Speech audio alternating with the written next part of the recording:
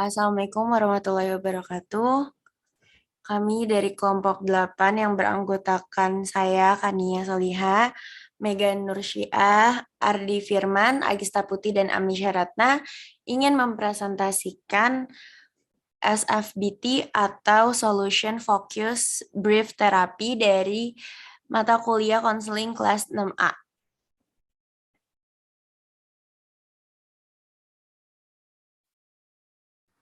Jadi yang pertama, definisi dan aliran SFBT. Solution Focus Brief Therapy itu merupakan pendekatan konseling dan psikoterapi yang dipengaruhi oleh pemikiran postmodern.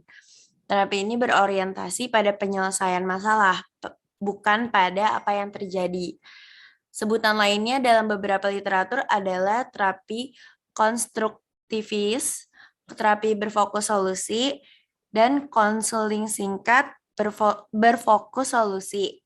Banyak pendekatan-pendekatan konseling lainnya yang juga memberikan kontribusi penting terhadap SFBT, seperti brief psychodynamic, psikoterapi, behavioral, dan terapi kognitif behavioral, single session terapi, serta family terapi.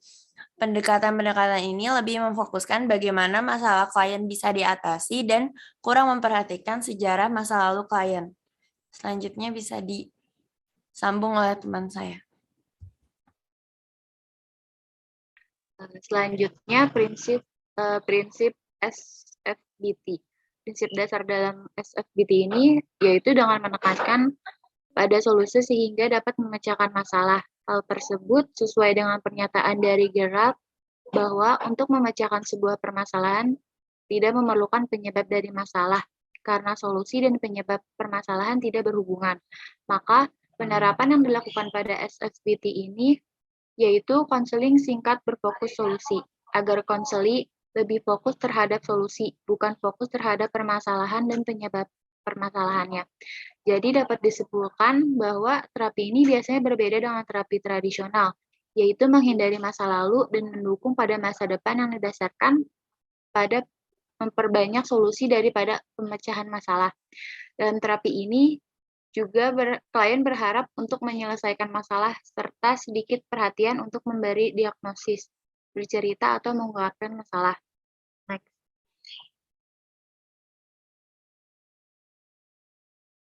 Ya, kemudian ada perbandingan fokus pada masalah dan solusi. Kalau yang berfokus masalah ini, contohnya ini kayak, dapatkah Anda menceritakan lebih banyak lagi tentang masalah tersebut? Kemudian berbeda dengan berfokus solusi.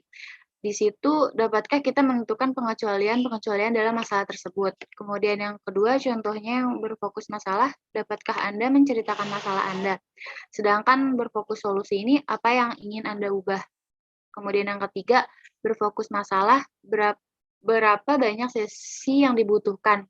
Sedangkan berfokus solusi ini lebih ke apakah kita sudah mencapai hasil yang kita inginkan untuk dapat menuntaskan sesi ini. Nah, dari situ disimpulkan bahwa berfokus pada masalah ini lebih bercerita tentang apa permasalahan yang dialami, serta apa saja yang dibutuhkan, dan berfokus solusi ini lebih memfokuskan perubahan dan pencapaian-pencapaian yang klien inginkan. Selanjutnya akan dijelaskan oleh rekan saya. Oke, selanjutnya di sini ada peran dan fungsi konselor. Yang pertama, itu ada membantu konseli mengenali dan membangun pengecualian pada masalah, yaitu saat konseli telah melakukan, memikirkan, dan merasakan sesuatu yang mengurangi atau membatasi dampak masalah. Yang kedua, ada membantu konseli dalam mengarahkan perubahan, tetapi tidak mendikte konseli apa yang ingin diubah.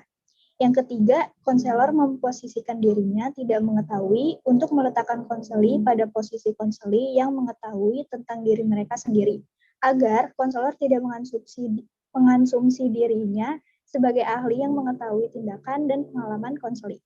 Yang keempat, konselor konsisten dalam membantu konseli berimajinasi tentang bagaimana mereka menginginkan hal yang berbeda dan apa yang dilakukan untuk membawa perubahan tersebut terjadi ke dalam dirinya konseli.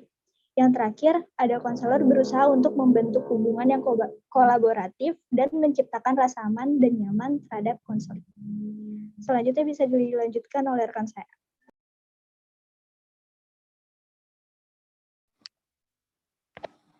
Baik, selanjutnya ada teknik konseling atau teknik dari SFBT, yaitu ada 5 teknik. Yang pertama itu ada teknik scaling, merupakan teknik menggunakan soal-soal berskala dan dilakukan pada awal atau pertengahan sesi untuk mengetahui sejauh mana tujuan yang diingin dicapaikan oleh konselor.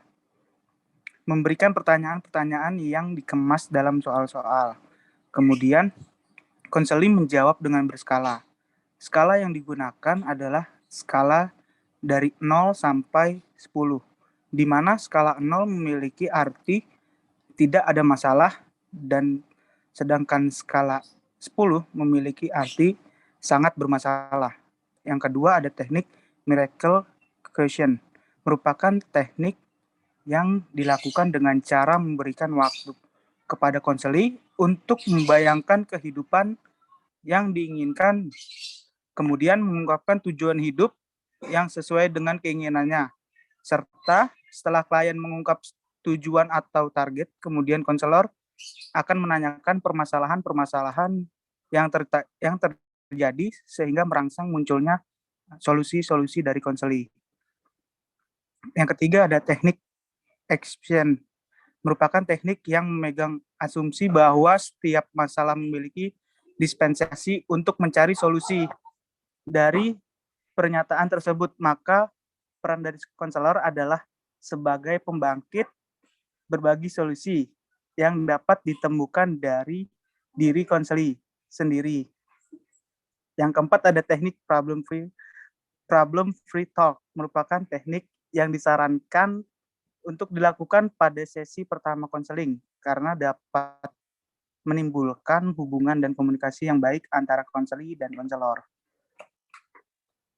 Dan yang terakhir ada teknik flagging. The mindful merupakan teknik yang dapat membantu konseli untuk mengidentifikasi dan memilih cara agar dapat menghadapi dan menyelesaikan masalah. Selanjutnya bisa dijelaskan oleh teman saya. Oke, selanjutnya ada bimbingan konseling dalam Islam. Bimbingan dan konseling Islami adalah proses pemberian bantuan terhadap individu konseli agar ia menyadari kembali eksistensinya sebagai makhluk Allah SWT. Nah, bimbingan Islam menurut Mas Dudi 2001 yaitu proses pemberian bantuan terhadap individu agar mampu hidup selaras dengan ketentuan dan petunjuk Allah SWT, sehingga dapat mencapai kebahagiaan hidup di dunia dan di akhirat.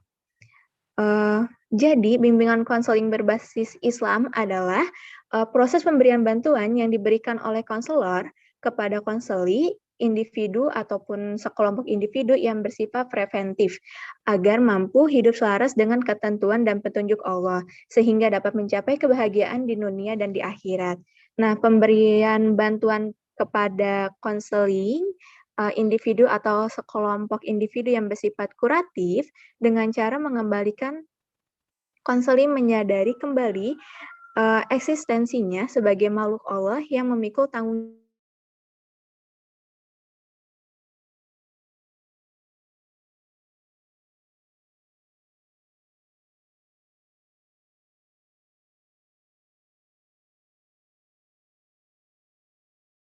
membantu individu menjaga atau mencegah timbulnya masalah bagi dirinya sendiri.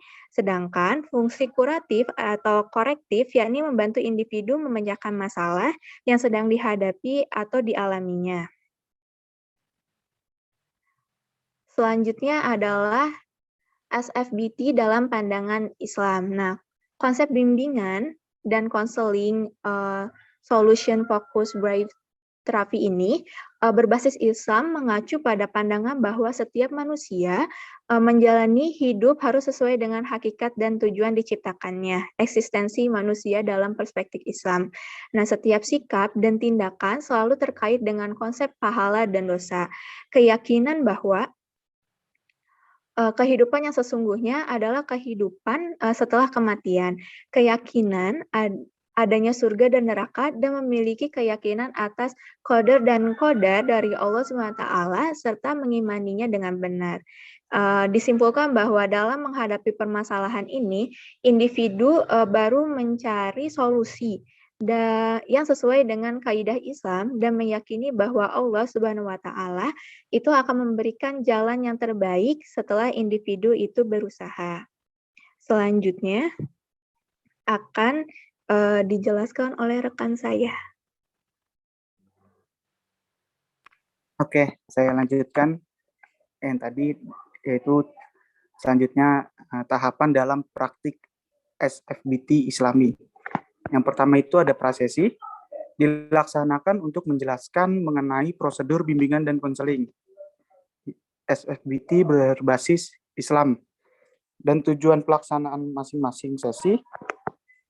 Tahapan selanjutnya mengidentifikasi dan menganalisis masalah yang dirasakan oleh konseling dan faktor-faktor psikis yang terkait erat dengan munculnya masalah tersebut, dan selanjutnya menetapkan tujuan atau goals dari proses bimbingan konseling SFBT bersifat Islam.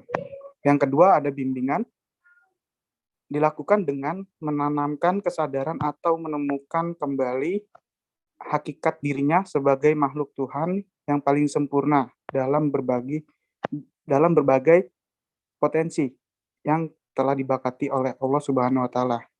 Yang ketiga ada intervensi, dengan pandangan dari Bill Connell Palmer 2016-559 terdiri dari perubahan sesi intervensi dan pencarian pengecualian serta pernyataan mukjizat, penggunaan skala dan pembingkaian kembali. Dan yang keempat ada penutup, yaitu akhir sesi konselor untuk menunjukkan bagaimana kemampuan dan kemajuan serta menyatakan pada diri konseling memujinya dengan tidak berlebihan dan memotivasi konseling tentang hal-hal yang dapat dilakukan oleh konseling dalam menjalankan kehidupannya kembali. Sekian dari presentasi kelompok kami. Kurang lebihnya mohon maaf, dan apabila teman-teman ingin membaca lebih lanjut, ini ada beberapa daftar pustaka yang sudah kami cari. Akhir kata, wabillahi taufiq wal hidayah. Wassalamualaikum warahmatullahi wabarakatuh.